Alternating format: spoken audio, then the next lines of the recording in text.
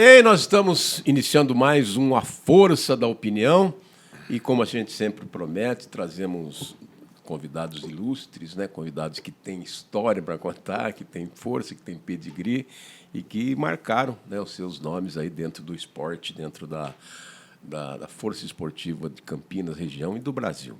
E hoje aqui, para variar, né, para não perder o costume, eu estou aqui diante de um baluarte, né, um ex-jogador de extrema qualidade, um jogador que marcou época, muito querido, né, pela torcida da Ponte Preta, principalmente, um clube que ele se identificou, mas ele tem uma história no futebol.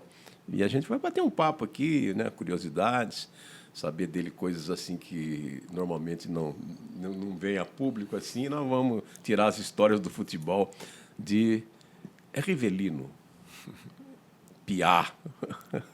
É Jandoso Rivelino. Reginaldo Rivelino Jandoso. Reginaldo Rivelino Jandoso. Jandoso. Reginaldo Rivelino Jandoso. Piá. Piá é... Por causa do Paraná. O Paraná, lá é um garoto. Isso, se chama criança, né? Um garoto, se chama de Piá. E aí, quando eu vim para Limeira, você via as crianças, né? Os garotos na escola. Aí você falava, ô Piá, ô Piazinho, ô Piazinha. Ô Piazinho ali. Piá, que esse cara chama de... Tentou chamar os outros de Piá, acabaram batizando eu de Piá. Aí ficou Piá. Ficou Piá. Obrigado por você ter aceito aqui, né? Vindo conversar com a gente, né? Você tem aparecido, você não tem aparecido muito. Apareceu agora na Série C, que você comentou futebol pela Bandeirante, né? Isso, você pela teve Bandeirante. lá com o Batista, lá, com o Carlos Batista. Comentou futebol. Você deu saudade de ver lá o jogo lá? Poxa, muita. Saudade você sempre tem, né? Sempre. Quando você está assistindo um jogo, quando você está acompanhando, eu estou sempre acompanhando os clubes, jogos, eu rodo para todo lugar, amo futebol. Na minha casa é futebol, respira futebol, vejo todo quanto campeonato. Está acompanhando. Todos os países, eu acompanho tudo, vejo tudo. E assim, sempre tem muita saudade, né? Ainda mais de uma forma que você vê o futebol de hoje, né? É um futebol completamente diferente da minha época e você vê tantos jogadores de tantas qualidades que eram da minha época, né?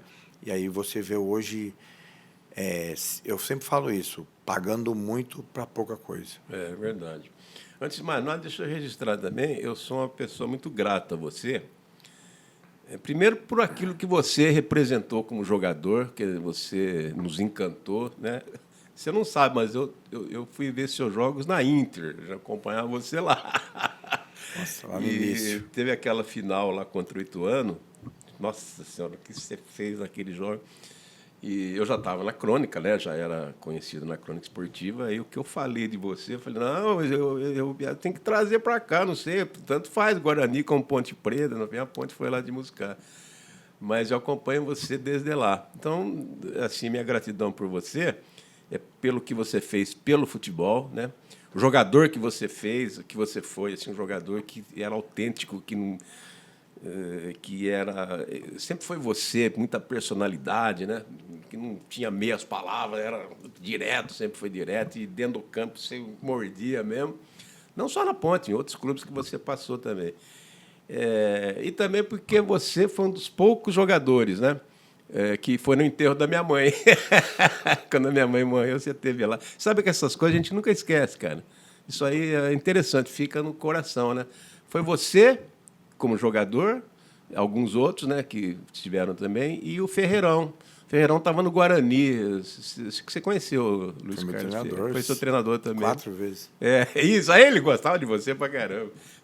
Mas você sabe que ele estava no Guarani, né? E vocês foram lá, foram outros lá, mas você eu me lembro bem.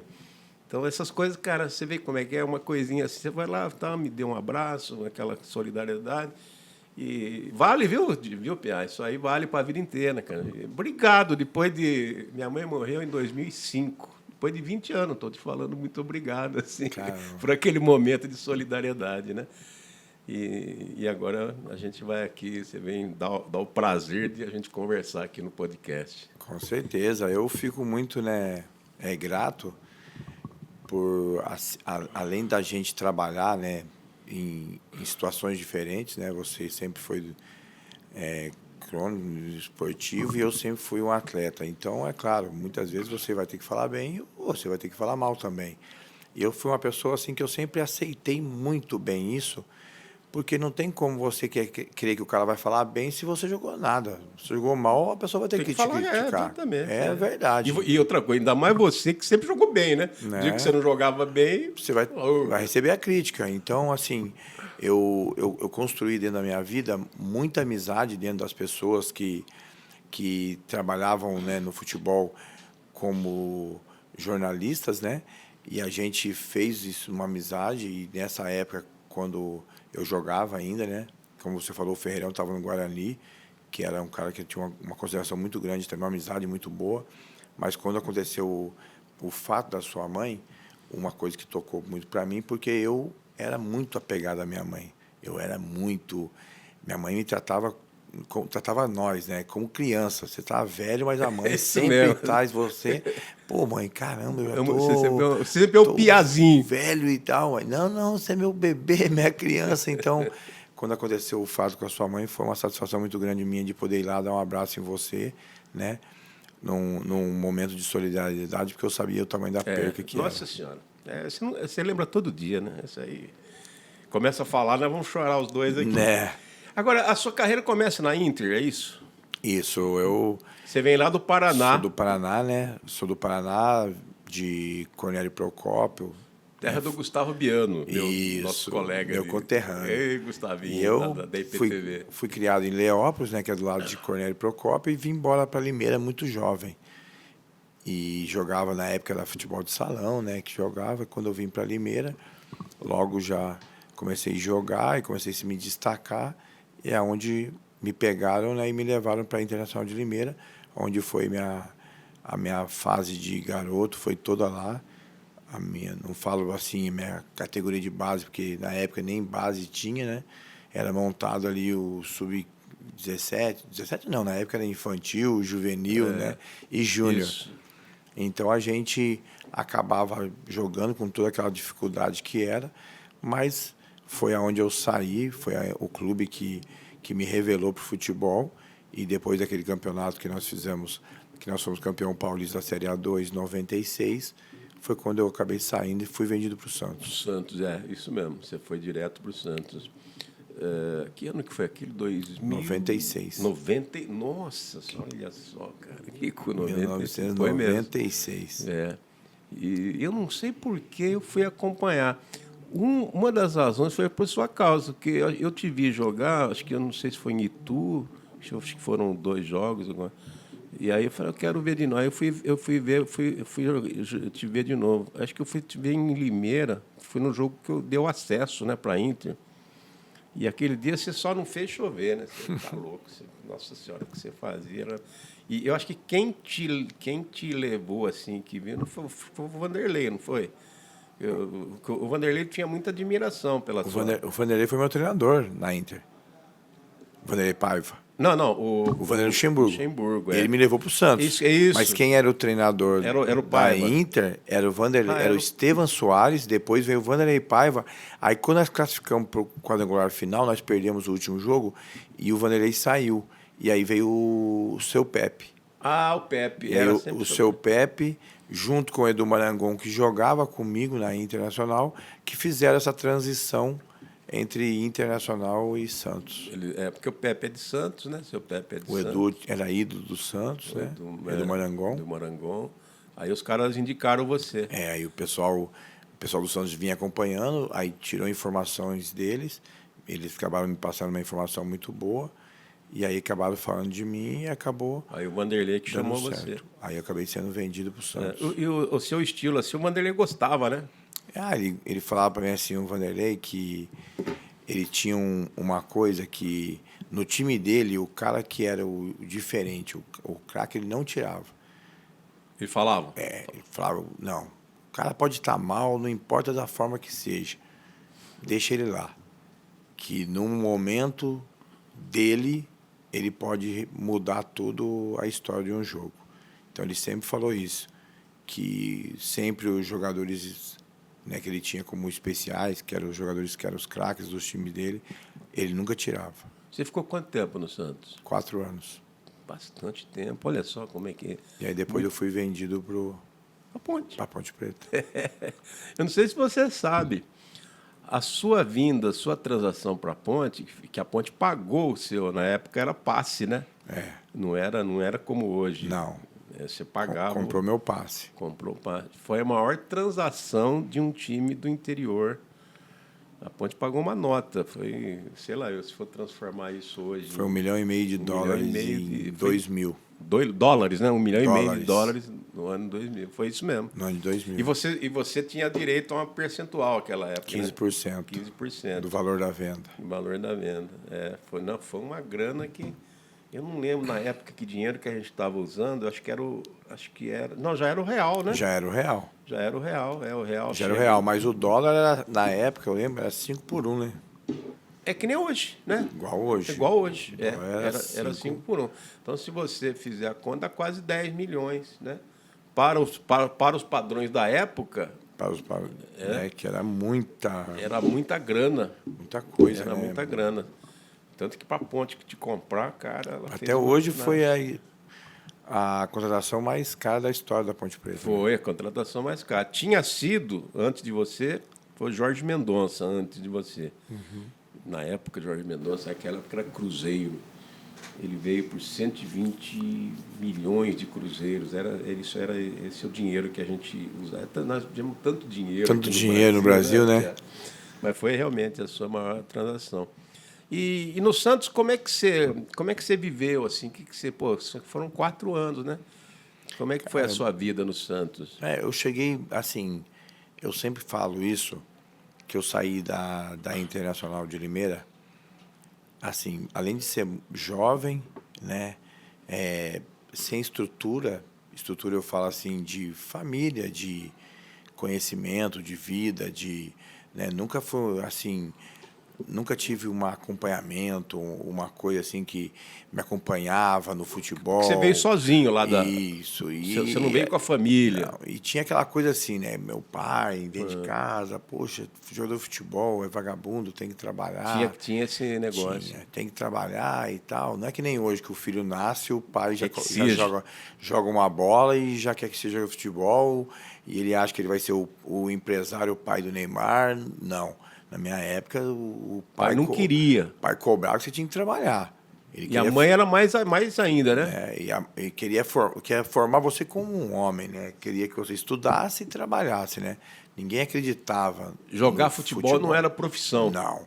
E ninguém acreditava que o futebol... Tanto que eu jogava na Internacional de Limeira, mas, na realidade, eu, assim... A maior alegria minha era jogar na Inter para andar na cidade... Todo mundo falar, pô, vi o jogo e tal. Nunca passou pela minha cabeça ir para um time grande, ganhar dinheiro. Nada disso. A minha mente era só jogar na Inter. Meu sonho era pisar no Limeirão, poder jogar um jogo lá. E quando começou as coisas a acontecerem, né, na época do Santos, da Inter, que eu lembro como se fosse hoje, a gente, na véspera do jogo, nós fizemos um jogo contra o Ituano. O Ituano tinha uma baita de uma equipe, era o time que todo mundo falava que ia subir, e a gente, poxa, ganhamos do Ituano, puta jogo, ganhamos 2-0 do Ituano aqui, empatamos depois 1-1 lá, foi 2 guerras nós tivemos, e aí depois, quando a gente foi no último jogo, contra a equipe da Portuguesa Santista, que nós fizemos um jogo em casa, na concentração, aí veio o pessoal, diretoria, presidente, era o Richard Drago na época, Luiz Fernando Ferrari, o treinador era o seu Pepe, ia lá, eu querendo jogar videogame, pô, não, vem aqui, você tem que conversar com você. Aí, não, ó, Piá, amanhã o pessoal tá aí, tá o Santos, tá o Corinthians, tá o Cruzeiro, que eu tinha sido emprestado pro Cruzeiro 1 ano antes, tá o pessoal do São Paulo, tá todo mundo aí de olho em você, o pessoal quer te comprar, amanhã é o jogo da sua vida, você tem que se concentrar. Não, seu pé, pelo amor de Deus, fala para eles que eu vou jogar amanhã, pode ficar tranquilo que eu vou jogar, só deixa eu jogar videogame. Deixa eu brincar aqui. Deixa eu brincar de videogame. Então, tipo assim, não era aquela coisa, aquela tensão, porque na minha mente eu não sabia nem o que estava acontecendo. Você não tinha essa dimensão nem do que era o futebol também, nada, né? nada, O mundo do nada. futebol, né? Aí eu fui para o jogo, nós ganhamos de 4-0, eu fiz 2 gols e dei passe para os outros 2 gols. Fui melhor jogador em campo, fui tido a revelação do campeonato. E, poxa, uma puta festa que foi. Depois disso, na segunda-feira, quando o pessoal me ligou para mim ir para o estádio da Inter, do Limeirão, quando eu fui para lá com a minha família, poxa, eu falo como para todo mundo, eu ganhava, né, ganhava meu salário lá suado, que era uma média de uns 800 mil reais que me pagava, e na segunda-feira eu estava assinando um contrato de R$ 1,5 milhão que eles tinham sido vendido, na época era reais, eu peguei 15% da venda, R$ 225 mil, mais R$ 400 mil de luvas, um salário de mais ou menos uma média de uns R$ 50 mil e tal. Então, tipo assim, eu estava morto lá, ganhando aquela Você não mixaria. entendia o que estava acontecendo. Aí, quando nós fomos para conversar sobre isso, tá minha família toda e estamos na mesa. O Eli Coimbra Filho, né, era o empresário que estava negociando estava fazendo a negociação, tá o pessoal do Santos, o pessoal da Inter, eles estão falando em valores, ó, R$ 1,5 milhão, dá 15% da venda, 225 mil, salário de tanto, contrato de 4 anos, vai pagar tanto por mês, vai dar uma luva de tanto, vai parcelar assim, e debaixo da mesa aqui, eu com meus irmãos, o pai com a mãe, um cutucava o outro. Nossa, você não entende. Um cutucava o outro, olhava para a cara do outro e falava, o que eles estão falando? O que é isso que estão falando ali? E o mais engraçado é que no final, né, eles falaram assim, tá tudo certo, então, tudo resolvido aí, alguém tem alguma coisa para falar? Alguém tem alguma coisa, alguma dúvida, né? A família... Mas você tinha um procurador, assim, ou não tinha essas Não, então, coisas? na época, o Edu Marangon tinha me apresentado o Eli Coimbra Filho. O filho do Eli, então. Isso. Do Eli E Coimbra. aí ele que fez a transação Ele com que o Santos, e aí depois ele assessorou você. foi para fazer minha assessoria. Mas quando eles me falaram, ó, tudo certo, tudo resolvido e tal, e tem alguma dúvida aí da família? Tem alguma coisa que a família queira perguntar, que não tá entendido e tal? Aí meu pai levantou a mão, falou o que foi. Falou, não, eu queria saber, né, qual é o salário, né? Quanto que o meu filho vai ganhar no Santos por mês? Aí ele falou assim, nossa, uma média de 50 mil por mês que ele vai ganhar. Meu pai falou, mas como assim? Isso é um absurdo. Seu pai falou. Eu sou caminhoneiro. Trabalhei de caminhoneiro minha vida inteira. E eu acho que na minha vida inteira eu não ganhei isso. Falou para eles. Eu não ganhei isso a vida inteira. Você falou, pai, fica quieto, você vai estragar o negócio. Como que esse moleque vai ganhar isso por mês? Eu não acreditava. Ai. E aí foi muito engraçado. Depois a gente comentava isso, dava risada sobre isso, né? E aí eu fui pro Santos. Cheguei no Santos, caramba, primeiro ano, já no 96, fiz o brasileiro no 97 na Rio São Paulo. Foi mesmo. Só eu e o Zete jogamos todos os jogos da Rio São Paulo. Nós tiramos o Palmeiras na semifinal, que era a Parmalat, aquela seleção do Palmeiras. Ganhamos de 3-1 dentro do Parque Antártica. Depois perdemos de 2-1 em São José do Rio Preto. Fomos para a final contra o Flamengo, ganhamos no Morumbi de 2-1. E depois fomos para o Maracanã, empatamos 2-2 com 128 mil pessoas no Maracanã. Você olhava, poxa... Você nunca tinha jogado no Maracanã? Nunca tinha jogado no Maracanã. Você olhava aquilo lá e falava, mas onde que eu tô? Romário, Sávio... O Edmundo estava, né? Tinha comprado... É isso mesmo. Tinha comprado aquele Lúcio, que foi o melhor jogador do Goiás. Zé Carlos, goleiro, Moacir, volante, time o Atirso, Gilberto... Fábio Baiano, Júnior Baiano. O time do Flamengo. Júnior, o capacete. Era o treinador. Ele era o treinador. É o Léo Givildo. Léo, né? As pessoas chamam ele de Léo Júnior. E aí a gente acabou sendo campeão, né? Foi no Maracanã. Naquela ocasião, dentro do Maracanã, demos volta olímpica, uma puxa de uma festa. O Santos tinha, não sei se é da sua época, que ele tinha um lateral esquerdo que chamava Piá também, né? Tinha.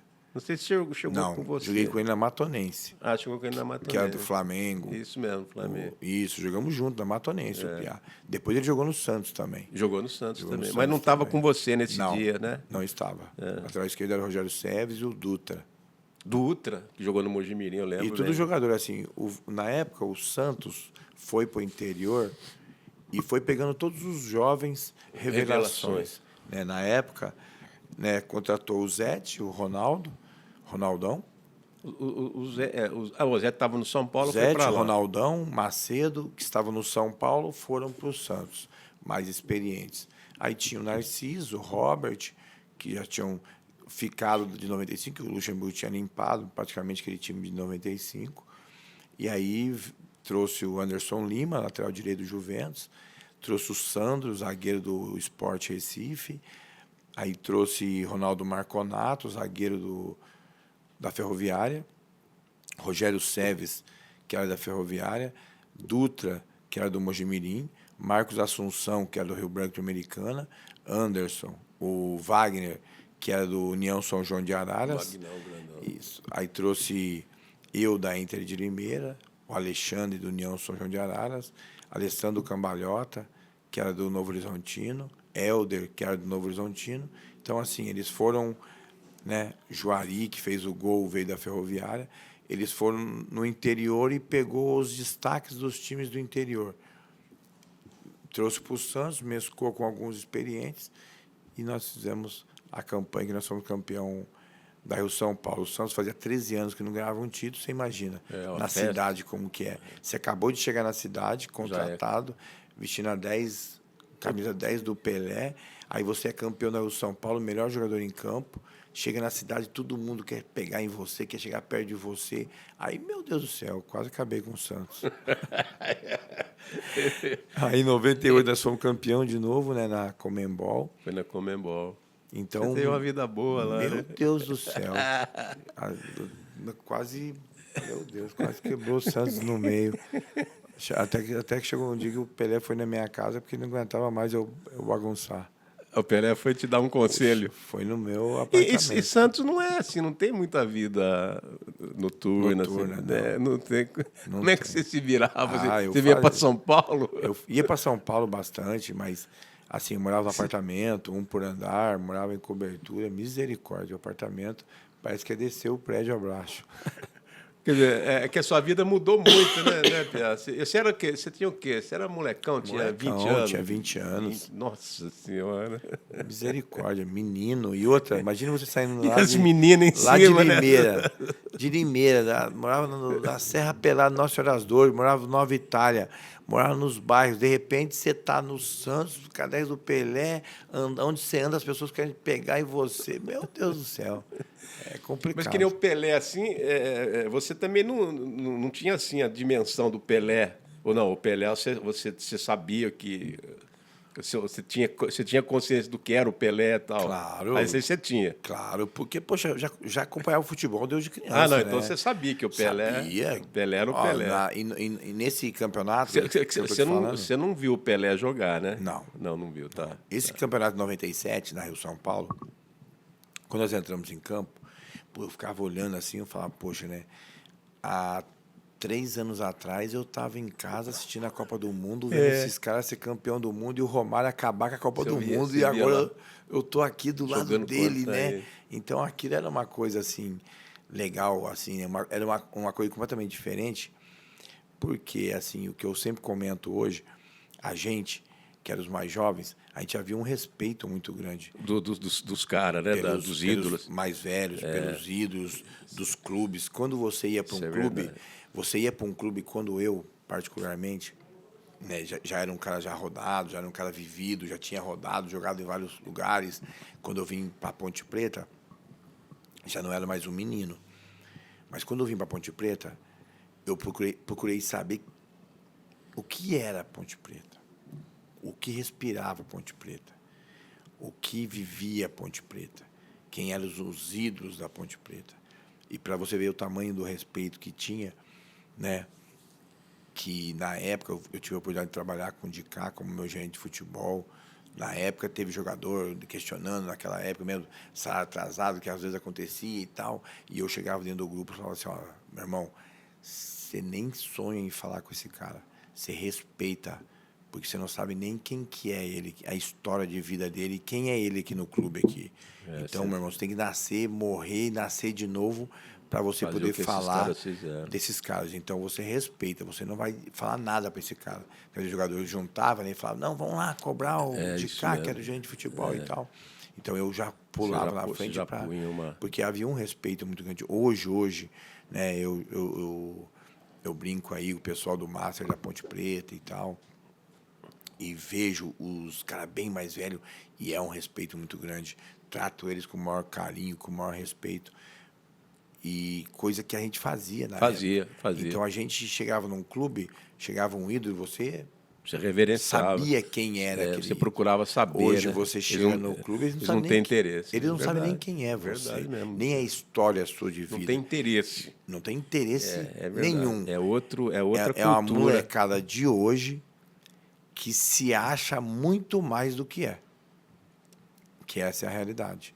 Que eu vejo que a maioria não joga nada e ganha muito. É, como diz o outro, né? Não joga nada, quer massagem, quer na janelinha. Agora, esse negócio do Pelé, quando ele que te procurou para te dar conselho. O Pelé, ele que me comprou, na realidade, né? Quem me comprou foi o Pelé. Ah, ele que investiu. O presidente, ele era seu investidor, então. Isso. O presidente era o Samir Abdurrak. Ah, o Samir. Que era advogado de quem? Ah, eles eram muito... Era o presidente do Santos, era advogado do Pelé. Então, quem mandava era o Pelé. Era o Pelé. Tudo. E você estava sempre vendo o Pelé ali? Sempre. Eu já tinha visto o Pelé na Vila Belmiro, na época, em 96. Depois veio o CT. E, assim, uma das pessoas que era muito meu amigo era o Edinho. Então, a gente tinha um relacionamento muito bom. Acabava frequentando, ele vinha na minha casa, eu ia na casa dele. Então, você via o Pelé. Sempre estava sabendo, né, sobre o Pelé. E quando eu estou na cidade, eu estou quebrando tudo e bagunçando e festando. Imagino que você aí o porteiro me chamou, né? Tocou no quarto, no apartamento. Aí o pessoal estava lá, falou, beleza, ó, avisa, cadê o Piá? Ah, o Piá está aqui dentro. Ó, avisa o Piá que o Pelé está aqui e o pessoal quer subir. Aí vieram o Piá, ó, mano, vai dormir, ó, pelo amor de Deus, vai encher o saco de outro. Você não acreditava. Ó, o Piá falou, não, mas chama ele aqui. Aí me chamaram, chegou lá. Os caras eram meus amigos, né? Pô, Piá, beleza, ó, mano, tá aqui mesmo. Tá o Zé Paulo Fernandes, tá o Clodoaldo, o Pelé. Estão tudo aqui, ó. E eles vão subir. Como é que nós vamos segurar o Pelé? Ele vai subir. Aí eu falei, meu, para de zoar, para de brincadeira. Ele falou, não, tô falando sério, é o Pelé mesmo, ele tá subindo. Eu falei, puta merda, caramba. Já corre catando latinha, juntando tudo e nego se escondendo. Apartamento 1 por andar, né? Quando abri a porta do elevador, tá de frente com o apartamento. Sala. E eu tô na porta esperando. Tipo um bezerro que eu tava esperando para morrer, né? A hora que abriu a porta, meu Deus. Era legal. Falou, pô, Pia, caramba, você tá acabando com a minha cidade. Eu ia comprar apartamento... Falei, não, vou investir no Piá que vai dar mais retorno.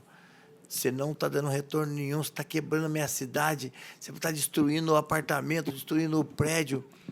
Porra, eu achava que a gente saía, que a gente aprontava, que a gente bagunçava. Você quebra mais na noite do que o Garrincha. Você bebe mais do que o Serginho Chulapa. E o seu melhor amigo é meu filho, Edinho.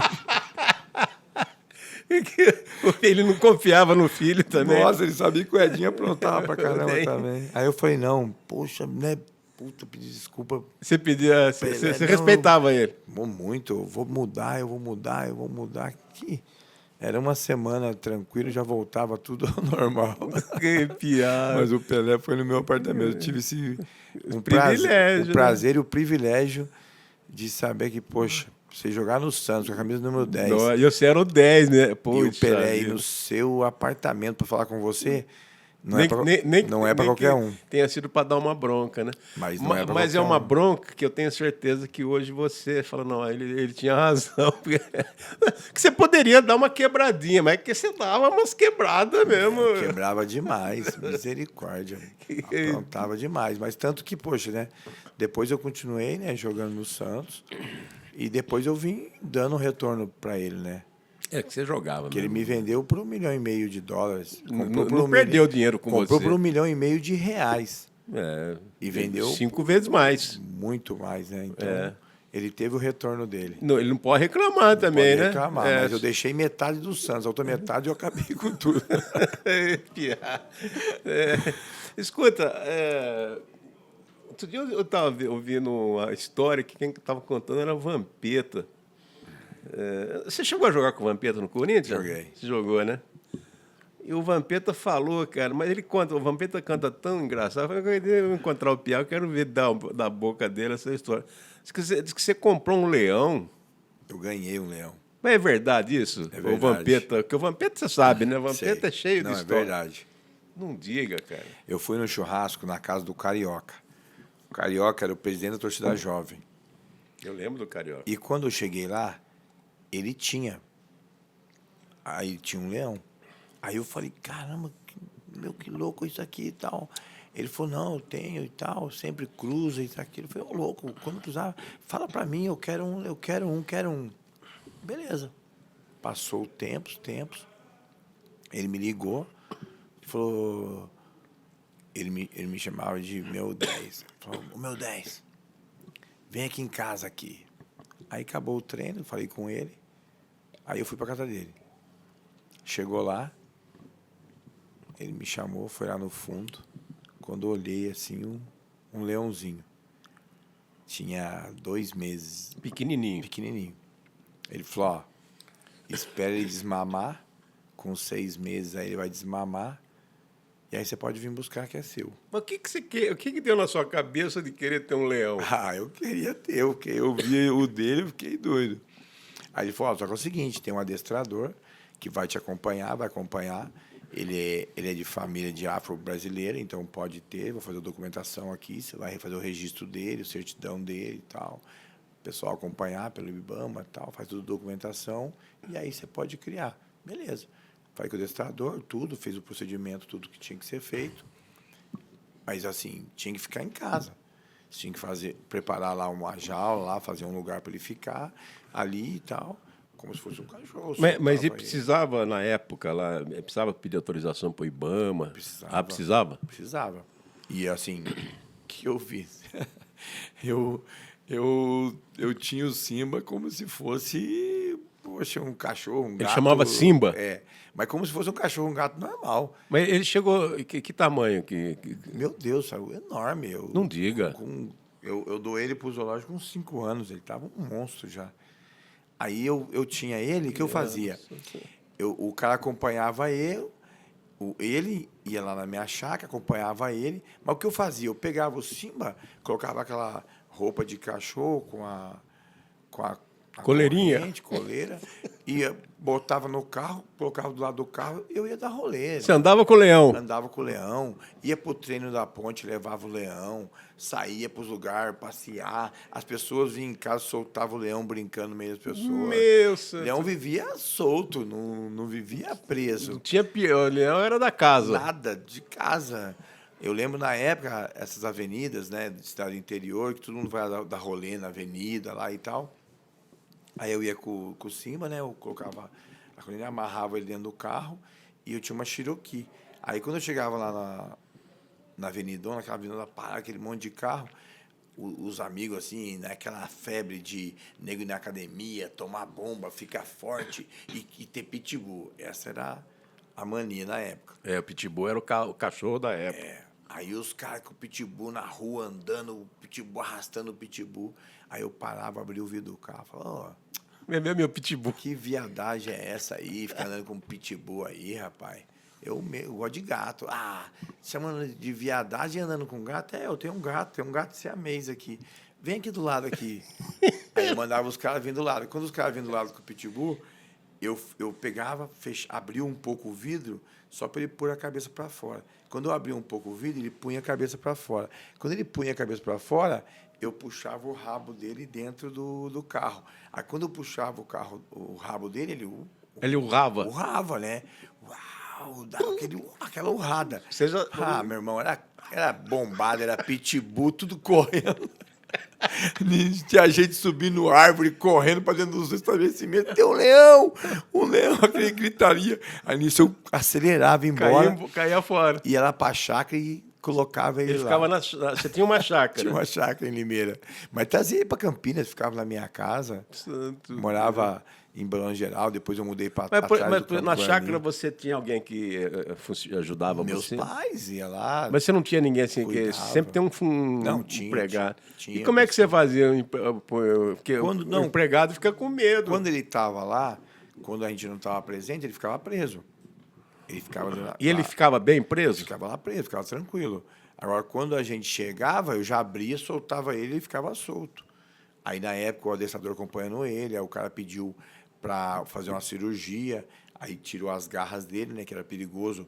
Com garras. Saía as garras para rasgar alguém, né? Então, ele brincando, ele podia soltar. É que ele é muito forte. A garra. Aí, operou as garras dele, as presas dele, né, onde dava os cortes também. Foi lá no médico, o cirurgião dentista fez uma cirurgia onde cerrou os dentes dele. Então, o dente dele não tinha corte. Era bem cerrado. E assim, comida para ele era só carne cozida, não dava carne crua com sangue, para ele não sentir o gosto do sangue, que dá instinto, né, animal. Desenvolve o instinto. Isso. Então ele não comia só carne. Minha mãe pegava aquelas panelonas, comia 10 quilos de carne por dia. Nossa Senhora, para sustentar um leão desse, você tinha que jogar muito. Tinha que jogar muita bola, ganhar muito dinheiro. E todo mundo sabia que você tinha o leão? Todo mundo sabia. Aqui, lá, onde eu ia com o leão. Nossa. Andava com ele. Às vezes eu ia pro treino. Nessa época você jogava na ponte. Na ponte. Eu ia pro treino na ponte, eu levava o leão. Chegava lá, soltava ele no campo. A jogada já sabia. Ninguém subia. Não subia? Não subia. O Vadão, engraçado. Até, eu estava falando do Vadão, o Vadão era o treinador. Um dia eu cheguei, eu tinha feito uma balada, aí eu tô chegando, aquela ressaca do caramba. Falei, sabe uma coisa, eu vou pegar o leão. Fui lá em casa, peguei o Simba, coloquei dentro do carro e fui pro campo. Cheguei lá, subi, soltei o Simba. Mas era cedinho, não tinha chegado ninguém ainda. Aí entrei, desci, fui lá pro departamento médico, na fisioterapia, deitei lá na maca, falei pro Dudu, deixa eu dormir aqui. Aí deitei lá e dormi, para dar uma recuperada. Lá no fundo, lá coloquei a maca no fundo e deitei. Aí foi chegando jogador, se trocaram e foram subir pro campo. Você deixou lá em cima? O Simba estava lá. Aí todo mundo, eu não vou pro campo, tem um leão lá, o leão do Piá tá lá, o Vadão foi lá olhar, falou, meu Deus do céu, era o Ivo Sec, o auxiliar. O Ivo, vai lá falar com o Piá. Aí desceram. Aí foram lá falar comigo, ô Piá, tem que tirar o leão lá, cara, como é que vai treinar e tal. Aí, quer dizer, nesse tempo todo, até descer, pegar o Simba, já deu para dar aquela recuperada, né, da balada. Eu tirei o Simba, coloquei no banco de reserva, amarrei ele lá, aí fomos treinar e treinamos normal. Mas que coisa. E você gostava do... Você pegou com o leão? Assim, muito. Porque as pessoas gostam de cachorro, né? Tem uma afinidade, né? E você passou a gostar do leão? Muito. Tinha muita afinidade. Ó, pra você ter uma ideia, o cara falava assim, ó, sempre quando for cobrar ele, falar com ele, sempre... Voz baixa. A mesma pessoa. Tá. Porque dentro da hierarquia dos leões, eles respeitam o rugido do mais velho. Então, quando ele ruge, todos os outros respeitam. Então, para não confundir a cabeça dele, ficar todo mundo gritando na orelha dele, cobrando ele, confunde a cabeça dele. Então, sempre quando for dar dura, cobrar ele, sempre uma pessoa só. Era você que... Era sempre eu que cobrava ele, dava dura nele, que ele fazia arte pra caramba. Aí, quando a gente chegava lá, às vezes a gente jogava futebol ali na chácara, e no fundo, assim, eu deixei a grama crescer para ficar matagal mesmo, para ele se sentir... Na floresta. Mais em casa. Aí eu falava assim, ó, chama ele aí. Aí o cara vinha, todo mundo ficava quieto. Simba, nada. Vinha outro. Simba, nada. Vinha outro. Um monte de gente chamava. Aí eu falava, ó, espera aí agora. Aí eu, Simba.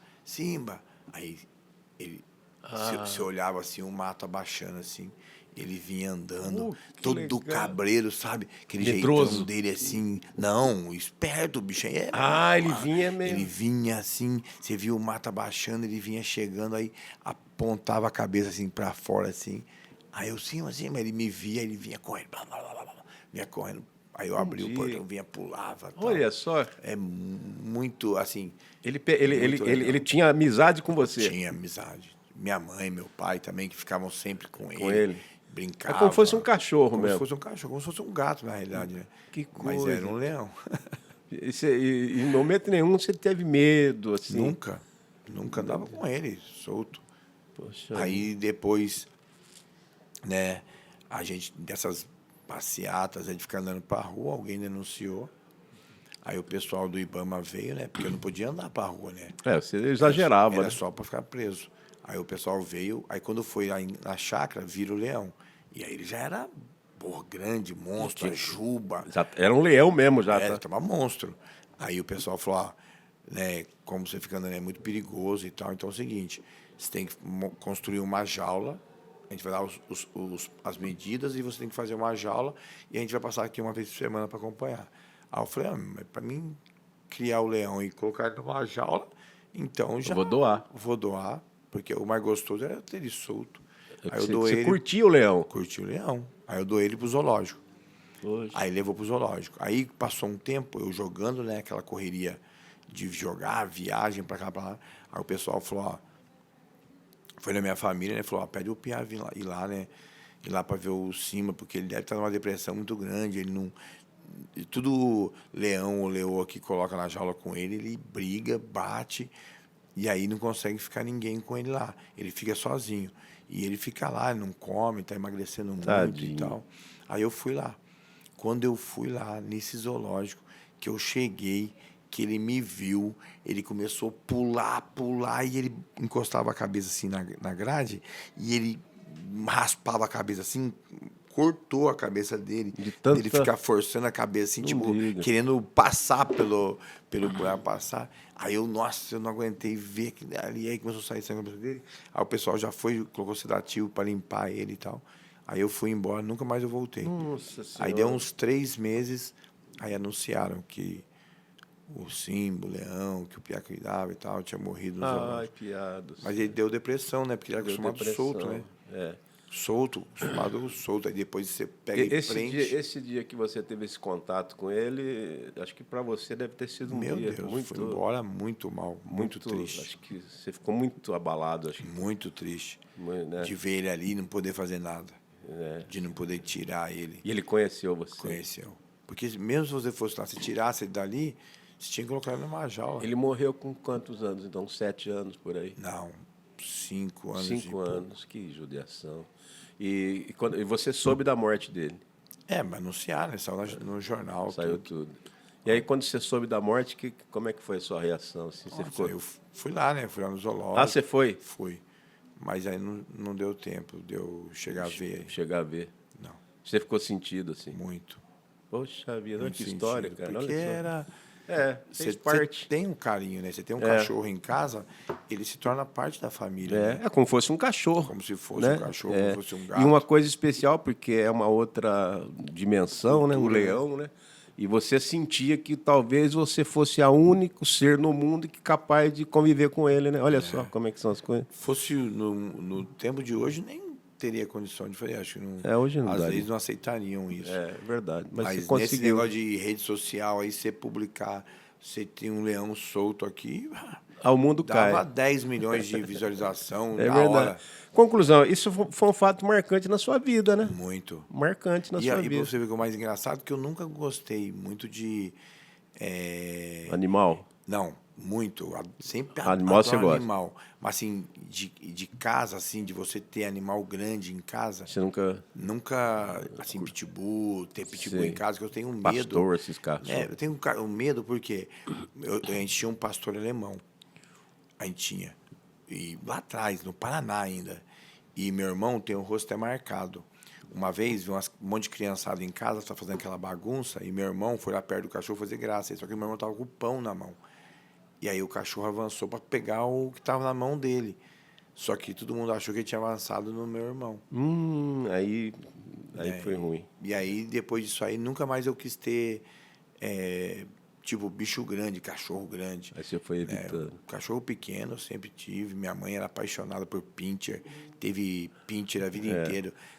Ela sumia o pingo, ela começava a ter, já comprava outro pingo e levava para ela. Era pingo. Perdia, nós trazia outro. Pingo, nós falava que era o mesmo. E ela, aí não achava pingo, comprava uma cachorra, levava lá, ela chamava de pingo. Então todos os cachorros tudo para minha mãe pingo. era pincher, o pequenininho, e ela chamava de pingo. Mas leão só foi aquele lá. Só aquele. Estamos chegando no final já. É tanta coisa, que você tem tanta coisa para contar, cara. Mas essa do leão aí foi... Poxa vida, até eu fiquei, a hora que você conta, assim, quando ele vai embora, até eu, quase que eu choro aqui, olha só. Eu pedi pro Carlão, né, o Carlão que você conhece, meu filho, falei, Carlão, lembra alguma coisa assim, curiosa do Piara, que eu lembro bastante coisa da sua carreira, mas o Carlão, às vezes, pega mais coisa, né? Deixa eu ver o que o Carlão falou aqui, perguntou aqui, vamos ver se você... Essa do Piara foi em 2004, quando o primeiro jogo dele pelo Corinthians, justamente contra a Ponte, e ele foi expulso nesse jogo. Aí quando ele tá saindo, ao invés de ele ir pro vestiário do Corinthians, ele vai pro vestiário da Ponte. E aí foi aquela maluquice, né, no Moisés. A Ponte ganhou esse jogo 3-2, se eu não me engano. Lembra disso? Poxa, claro que eu lembro. Eu tinha ido pro Corinthians, né?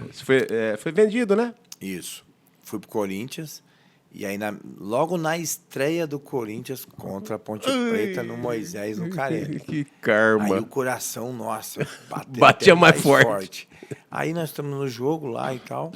Teve um lance onde eu já tinha cartão amarelo, eu fiz uma falta e fui expulso.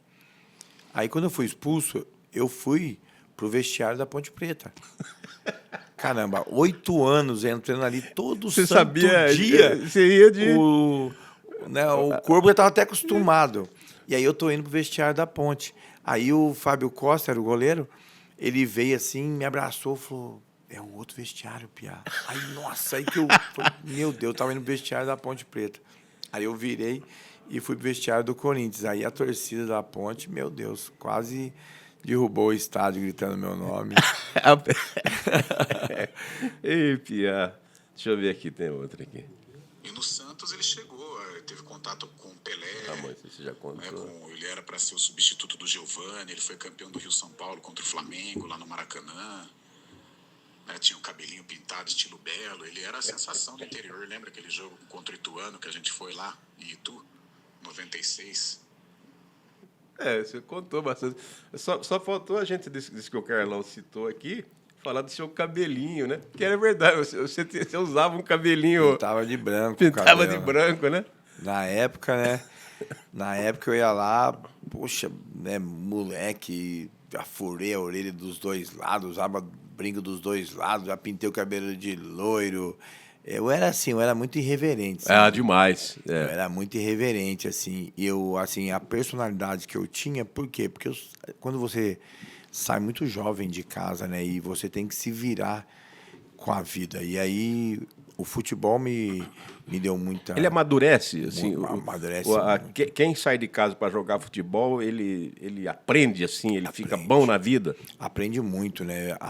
O futebol, dentro do futebol, você aprende muita coisa, não só da vida, não é só o futebol, aprende da vida. Aprende. Entendeu? Você vive muitas histórias. Porque, por exemplo, você saiu com quantos anos? Saí com 17 para 18 17, anos. Você tem 17 anos, você nunca saiu de casa. A hora que você chega é uma outra, é um choque de realidade. Eu saí saí de casa, meu pai levou no aeroporto para me pegar um avião para o Mato Grosso, quando me emprestaram lá para o misto operário do Mato Grosso em 94, quando eu fui menino, e não tinha telefone em casa, nada. Você ia para lá, tinha que ficar lá sozinho, se virar sozinho, mandar carta. Aí você por carta. Mandava a carta. Aí de lá do Mato Grosso, eu fiz um jogo na Copa do Brasil contra o Corinthians, jogando pelo Operário do Mato Grosso. 2 jogos na realidade, nós empatamos 1-1, eu dei o passe pro gol. Perdemos de 4-1, eu fiz um gol. E aí o Cruzeiro me levou, Carlos Alberto Silva. De lá do Mato Grosso, eu fui pro Cruzeiro. Aí fiquei 1 ano no Cruzeiro, depois eu voltei para a Inter, naquele ano que nós fomos Campeões. Porque você sai de casa, você tem comer diferente, né? É dormir diferente. E se virar, né? Se virar. E acho que sente falta da mãe, não sente? Muita. Sente falta da mãe. Você aprende a se virar. Você tem que cuidar das suas coisas, da sua roupa, tudo você tem que se virar. Não tem ninguém por você, né? E na época não era como hoje. Hoje é mais facilitado. Hoje tem tudo na mão. Hoje um moleque de 10 anos tem empresário. É isso mesmo. Tem um empresário, tem um cara que cuida. O moleque de 10 anos, o pai tá colocando ele para fazer trabalho de alto rendimento com 10 anos de idade. 10 anos de idade tava brincando de bolinha, de golzinho na rua. Hoje tirou isso da criança. A criança não é mais... Ela não tem mais vida de criança, de diversão, nada. Ela nasce o pai que vai. E muitos dos pais, quando o menino tem um pouco de jeito, de talento, se sai assim para uma aventura dessa, a mãe vai junto, o pai vai junto, né? Lá acaba... É muito alta proteção. E isso daí... Tira muito do Isso que eu ia te falar. Eu acho que, às vezes, você vai no campo, você vê que, de repente, muita coisa do que você vê hoje de deficiência de jogo mesmo, eu acho que é por causa dessa proteção, né? E os pais vão no campo, eles fazem o quê? Eles brigam, você vê a federação, Grita. não deixa mais entrar o pai de garoto, não pode, sub-12 na campeonato. Você está acompanhando isso? Claro. Eu tenho 2 netos que jogam e eu acompanho muito isso daí. Piada, ou seja, que pai bagunça, porque na cabeça do pai, o filho vai ser o Neymar, né?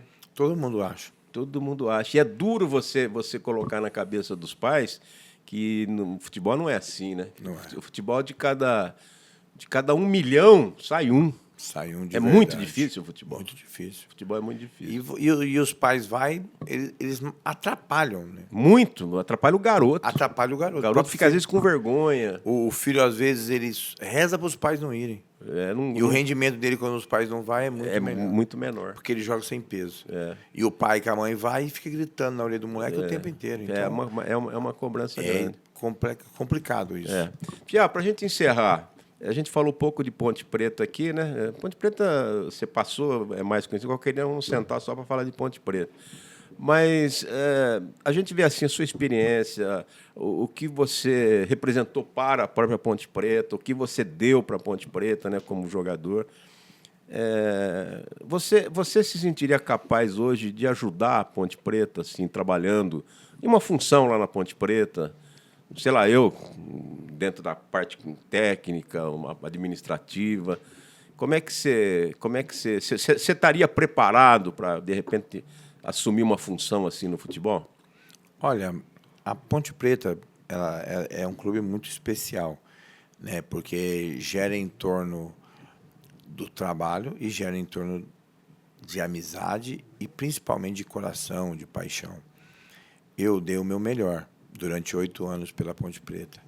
Eu nunca fiquei trancado no vestiário, como eu vi muita gente da Ponte Preta da minha época, a gente perder jogo às vezes e os caras ficaram no vestiário trancado, esperando até a torcida ir embora. Eu nunca fiz isso.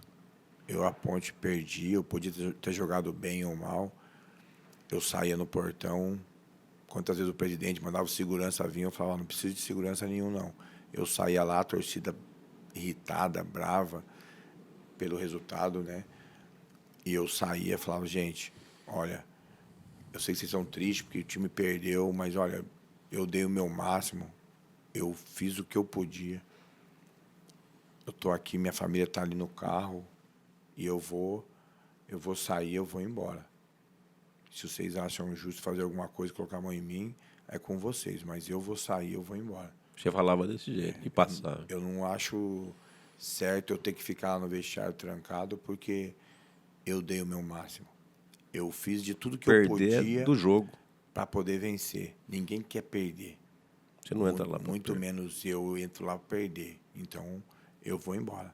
E saía, a torcida me aplaudia, abria. Eu entrava no meu carro. Você nunca teve problema com torcida, é verdade. Nunca fiz um gesto para a torcida. Teve jogo que, eu falo isso até hoje, o Eberlin fala isso, o Venditti, na minha época, era o estatístico, eles lembram. Quando a coisa estava boa, todo mundo aparecia e queria a bola. quando a coisa ficava ruim, todo mundo jogava a bola para mim. E eu não se escondia. É verdade mesmo. Eu ia lá... Você se expunha, né? O goleiro ia dar o chutão, eu via os caras dando as costas, saindo para dar o chutão, porque não queria aparecer para pegar a bola para jogar. Eu ia lá, mandava abrir, pode dar bola para mim.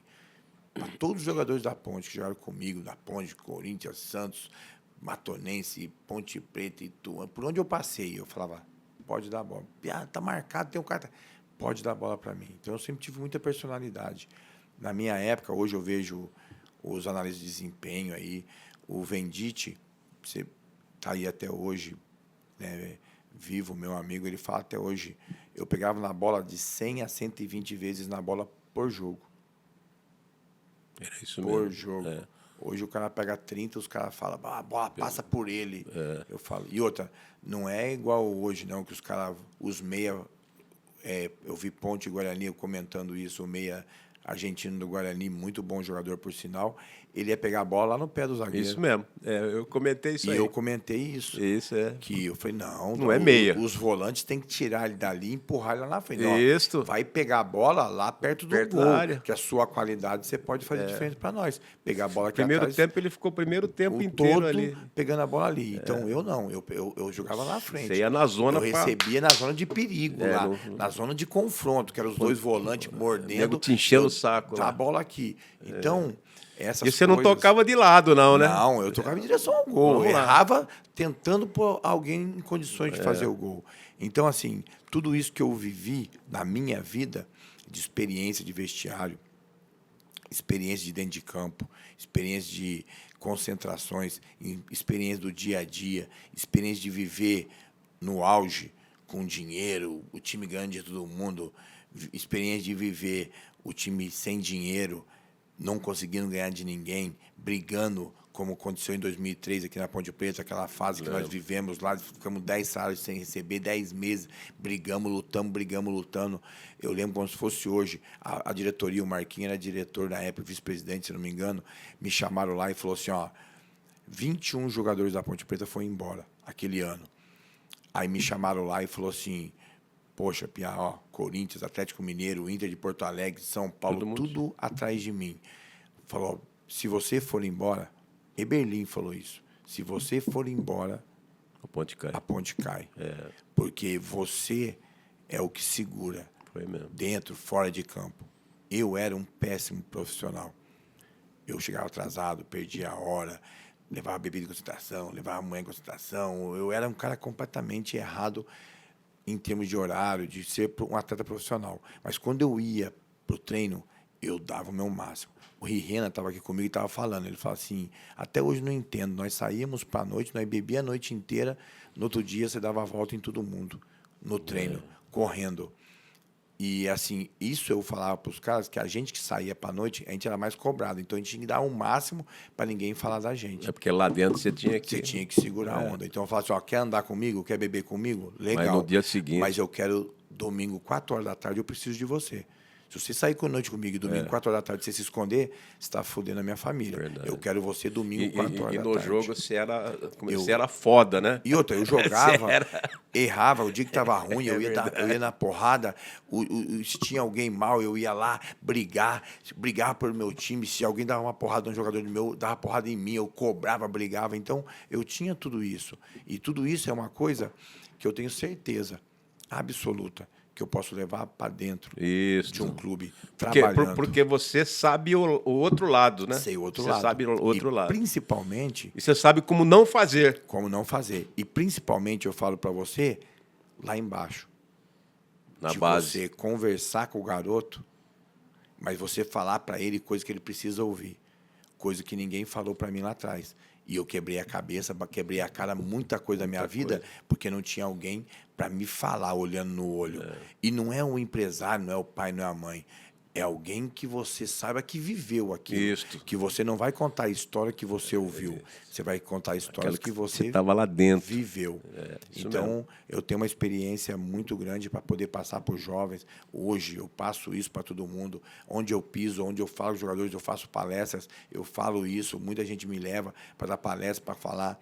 Eu dou hoje palestras, eu vou em igrejas, eu vou em institutos, dar Está à palestras. disposição. Eu faço isso e muitas vezes, eu vou em igrejas. Agora mesmo eu vou em começo de dezembro, eu vou em Campo Limpo Paulista, depois eu vou em Budas Artes, dar palestras lá. E a palestra que eu dou, eu falo O que você viveu. da minha vida, o que eu vivi, hoje, a forma que é E como não se e deve da fazer. forma que você tem que falar com Tá de certo. hoje. Na minha época, você xingava, brigava. Quantas vezes no vestiário nós se Desentendi. quebramos na porrada lá, o bicho pegava, trancava o vestiário, não deixava ninguém dar, o bicho pegava.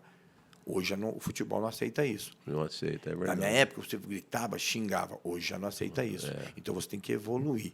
Eu vou falar daquilo que eu vivi, mas eu vou falar o que é a realidade do Tá futebol de certo. hoje. Então você está preparado. Você Preparadíssimo tá para preparado. poder fazer isso. E uma É. coisa assim muito legal também que eu quero aproveitar aqui para falar, do meu projeto. É Eu isso. estou lançando um projeto aqui dentro da cidade de Campinas, um projeto onde eu vou abrir núcleos que eu quero fazer em outros lugares, mas no início eu estou fazendo lá no Xangai, lá no campo do Xangai, tendo um apoio total da Prefeitura de Campinas, do prefeito Dário, do Vandão, do Jonas Donizete, né? Um cara que é, poxa, meu parceiro, o Vagninho, está me ajudando, e um cara muito importante dentro desse projeto, que vai me ajudar muito, é o André, né, que é o pessoal do Bingo, do Visconde, do Paredão, que estão me dando um suporte muito grande em cima disso aí, desse projeto que eu estou abrindo. E é um projeto que é para salvar vidas. É um projeto que nós vamos resgatar, dar oportunidade para as crianças que Muito não bom. têm. É um projeto social, mas voltado para o futebol.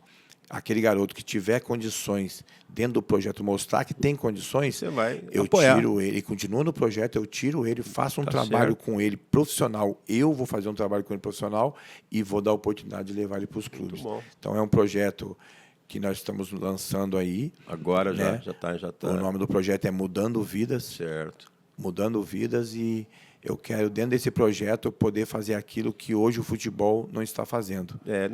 Dar E os clubes. oportunidade Isso, verdade. de graça, sem cobrar nada, e aquele garoto que tiver condições, Que tiver alto mostrar rendimento, de que repente. tem condições, nunca teve oportunidade, eu vou tirar ele, vou fazer um trabalho de alto rendimento com ele, sem cobrar nada, E vai. e vou levar ele no clube, dar uma oportunidade dele poder fazer uma avaliação e ser avaliado com todo respeito, de uma forma digna, se sim ou não.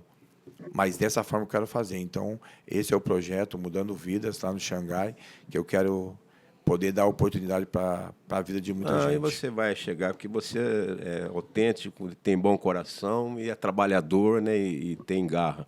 E eu acho que eu vou ainda, num futuro próximo, aí, te ver trabalhando no futebol profissional. Porque é isso que você falou, você tem muita experiência, né? E você sabe o lado difícil. Então, eu acho que você tem tudo aí para ser um grande colaborador, né, para trabalhar dentro de um grupo, né, de um clube de futebol. Pia, obrigado, hein, cara? Pô, obrigado, né? Foi legal, né, te ver de novo aí. Você está bem, está com esse projeto, está para frente, né? E vamos voltar a conversar outras vezes aí, né, para você falar dos seus conhecimentos, das coisas que você tem de incentivo, de ânimo, tudo isso aí. Mas valeu, obrigado. Com certeza.